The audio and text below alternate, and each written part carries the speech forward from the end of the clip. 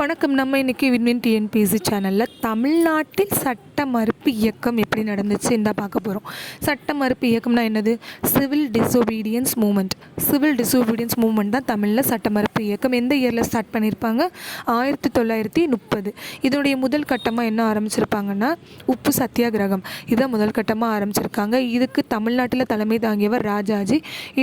இந்த கூட்டத்தில் நம்ம காமராஜர்லாம் முக்கியமான பங்கு வகிச்சிருப்பார். அதனால் இவங்க எல்லாருக்குமே சிறை தண்டனையும் கிடைச்சிருக்கும். இவங்க என்ன செய்கிறாங்கன்னா திருச்சியிலேருந்து ஒரு நடைப்பயணமாக நம்ம வேதாரண்யமுக்கு போய் உப்பு காய்ச்சணும். இதான் இவங்களுடைய போராட்ட பிளான்னு சொல்லலாம். இதுக்காக அவங்க திருச்சியிலேருந்து நடைபாதையை ஆரம்பிக்கிறாங்க. ஊர்வலங்கள், பொதுக்கூட்டங்கள் எல்லாமே நடக்குது. இதை முக்கியமாக யார் தடுக்கிறாங்கன்னா தஞ்சாவூர் கலெக்டர் தான். அவருக்கு இது பிடிக்காது. இதை எப்படியாவது இந்த வேதாரண்யத்துக்கு போய் உப்பு காய்ச்சறதை தடுத்து நிறுத்தணும்னு நினச்சிருப்பாரு. ஆனால் அவர் இன்னும் முயற்சி பண்ணாலும் நடந்திருக்காது. ஏன்னா இதுக்கான ஆதரவு மிகப்பெரிய லெவலில் இருந்திருக்கும். 1930 ஏப்ரல் 30 வேதாரண்யத்தில் உப்பு காய்ச்சுவதற்காக ராஜாஜி இருந்து தன்னுடைய படையை ஆரம்பிக்கிறார்னா திருச்சியிலேருந்து மொத்தம் எத்தனை பேர்? 100 தொண்டர்களாக வராங்க. அதில் முக்கியமாக நம்ம தெரிஞ்சிக்க வேண்டிய விஷயம் கொஷின் பேப்பர் அடிப்படையில் இதில் 2 பாடல்களை திரும்ப திரும்ப பாடி ரொம்ப ஒரு உணர்ச்சி பூர்வமாக இந்த போராட்டத்தை நடத்தியிருப்பாங்க. அதில் என்ன அந்த 2 பாட்டுன்னா அச்சமில்லை அச்சமில்லை. அந்த அச்சமில்லை அச்சமில்லை சாங் பாடினது யாருன்னு கேட்டால் எல்லாருக்கும் தெரியும், பாரதியார். ஏன்னா நம்ம சின்ன வயசுலேருந்து இதெல்லாம் பார்த்துட்டு வரோம். அதோடு சேர்ந்து முக்கியமான ஒரு பாடலும் சேர்ந்து பாடிட்டு வராங்க. கத்தியின்றி ரத்தமின்றி யுத்தம் ஒன்று வருகுது. இந்த பாடல் யார் எழுதியிருந்தாங்கன்னா கவிஞர் ராமலிங்கம் பிள்ளை. இவரோட பாடலையும் அச்சமில்லை அச்சமில்லை என்ற பாடலையும் பாடிக்கிட்டே என்ன செய்கிறாங்கன்னா பாடிக்கிட்டேன்னு சொல்கிறத விட முழங்கிக்கிட்டே திருச்சியிலேருந்து நடைப்பயணமாக வேதாரண்யத்துக்கு போகிறாங்க. அப்போதைய கலெக்டர் என்ன செய்கிறாரு? இந்த போராட்டத்தை எப்படியாவது நிறுத்தணும்னு பார்க்குறாரு. ஆனாலும் நிறைய பேர் இந்த போராட்டத்தில் மறுபடியும் சேர்ந்துக்கிட்டே தான் இருக்காங்க. இந்த போராட்டம் திருவையாறு, தஞ்சாவூர், கும்பகோணம் அப்படியே அந்த வழியிலேயே வேதாரண்யத்துக்கு அடைகிறாங்க. வேதாரண்யத்தை தடை மீறி உப்பும் காய்ச்சிடுறாங்க. இப்படி உப்பு காய்ச்சினதில் கைது செய்யப்பட்டவர்களில் முக்கியமான ஒரு பெண்மணி யாருன்னா ருக்மணி லக்ஷ்மிபதி. இது ஒரு குரூப் 1 கொஸ்டின். வேதாரண்யம் உப்பு காய்ச்சும் சத்தியாகிரகத்தில் யார் கைது செய்யப்பட்டார்? எந்த பெண்மணி முதலில் கைது செய்யப்பட்டாங்கன்னா ருக்மணி லக்ஷ்மிபதி. இவங்க யாருன்னு உங்களுக்கே தெரியும். நீல் சிலை அகற்று போராட்டத்தில் பிளான் பண்ணவங்களாகவும் இருப்பாங்க. ஆனால் அதில் முக்கியமானவங்க பத்மாசனி, அஞ்சலி அம்மாள். அவங்க சென்னைக்கு போராட்டம் பண்ணியிருப்பாங்க. ஆனால் உப்பு காய்ச்சும் சத்தியாகிரகத்தில் முக்கியமானவங்க ருக்மணி லக்ஷ்மிபதி. இவங்களை கைது செஞ்சுருப்பாங்க.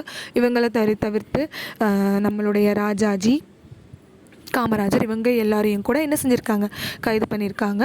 இவங்க போனதுக்கப்புறம், ராஜாஜி கைது செய்ததுக்கப்புறம் இந்த போராட்டத்தை யார் எடுத்து நடத்தியிருப்பாங்கன்னா சர்தார் வேதரத்தினம் பிள்ளை, டாக்டர் ராஜன், திருமதி ருக்மணி லக்ஷ்மிபதி. நான் ருக்மணி லக்ஷ்மிபதி பற்றி ஒரு தனி வீடியோவே போட்டிருக்கேன். அதை பார்த்துக்கோங்க. அவங்களோட சார்ந்த எல்லா கொஷின்ஸும் அதில் இருக்குது. இந்த போராட்டம் ரொம்ப ரொம்ப முக்கியமான விஷயம். நம்ம இதில் பார்க்க வேண்டியது சென்னையில் இந்த போராட்டத்தை நடத்துகிறது ஆந்திர கேசரி பிரகாசம். யார் இந்த பிரகாசம்? இவர் தான் இந்தியாவுக்கு விடுதலை கிடைச்சதுக்கப்புறம் ஆந்திராவின் முதலமைச்சராக இருந்திருப்பார். கேசரினா சிங்கம்ங்க. ஆந்திர சிங்கம்னு சொல்கிறது தான் ஆந்திர கேசரி பிரகாசம்னு சொல்கிறாங்க. இவர் சென்னையில் உப்பு காய்ச்சும் போராட்டத்தை, அதாவது சென்னை கிடையாது, மெட்ராஸில் உப்பு காய்ச்சும் போராட்டத்தை தலைமை எடுத்து நடத்தியிருப்பார். இவங்க ரெண்டு பேரும் ரொம்ப ரொம்ப முக்கியம். தமிழ்நாடு முழுக்க தலைமை ஏற்று நடத்தினவர் ராஜாஜி. மெட்ராஸ் பிரசிடென்சியில் தலைமையேற்று நடத்தினவர் நம்மளுடைய பிரகாசம். ராஜாஜி கைது செய்ததுக்கப்புறம் யார் பண்ணியிருப்பாங்க? டாக்டர் ராஜன், ருக்மணி லக்ஷ்மிபதி, வேதரத்தினம் பிள்ளை. இவங்களாக தான் நடத்தியிருப்பாங்க. அடுத்து நம்ம காமராஜரையும் கைது செஞ்சுருப்பாங்க. அடுத்து என்ன செய்கிறாங்க? இதே காலகட்டத்தில் காந்தியும் என்ன செய்கிறாரு? அவர் தண்டியில் போய் உப்பு காய்ச்சணும்னு போயிருப்பார். அதனால் மே 5 இவரை சிறையில் அடைக்கிறாங்க. என்ன சிறைனா எரவாடா சிறை. இதனால் நம்மளுடைய முத்துலட்சுமி ரெட்டி இங்கே இந்த கைதை எதிர்த்து, மகாத்மா காந்தியோட கைதை எதிர்த்து என்ன செய்கிறாங்க? அவங்களோட பதவியிலேயே விட்டுடுறாங்க. இவங்க யார்?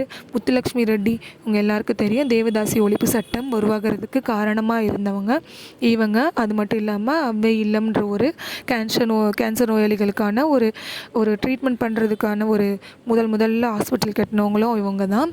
அது மட்டும் இல்லாமல் இவங்க தான் முதல் பெண் எம்பி. விடுதலை ஆகிறதுக்கு முன்னாடி இந்தியாவில் செலக்ட் செய்யப்பட்ட முதல் பெண் எம்பி. இவங்க ரொம்ப ரொம்ப முக்கியமான ஒரு பர்சனாலிட்டி. இவங்களை பற்றின கேள்விகளையும் கண்டிப்பாக நம்ம படிச்சுக்கணும். சரி, காந்தி கைது செய்யப்பட்ட காலத்திலிருந்து சட்ட மறுப்பு இயக்கம் என்ன ஆகுது, ரொம்ப தீவிரமாக நடக்க ஆரம்பிச்சிருச்சு. இதே காலகட்டத்தில் 1932 ஜனவரி 26 தடையை மீறி தேசிய சுயராஜ்ய தினம், அதாவது 30லேருந்தே என்ன செஞ்சுருப்பாங்க, ஜனவரி 26 சுயராஜ்ய தினமாக பூரண ஸ்வராஜ்ய தினமாக கொண்டாடிக்கிட்டு இருப்பாங்க இல்லையா.